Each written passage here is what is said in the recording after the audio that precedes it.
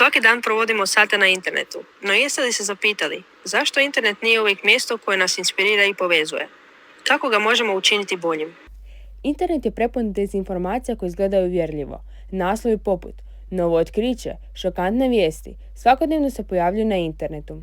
Statistike pokazuju da se svaka treća osoba na internetu susreće s neprimjerenim sadržajem.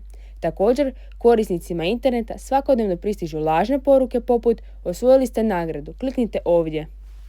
Kako učiniti internet boljim mjestom? Trebamo pružati podršku onima koji su meta nasilja te prijavljivati neželjeni sadržaj.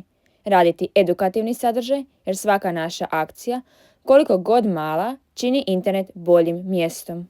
Zašto bolji internet? Jer je to prostor gdje učimo, povezujemo se i rastemo. Učinimo ga sigurnijim mjestom.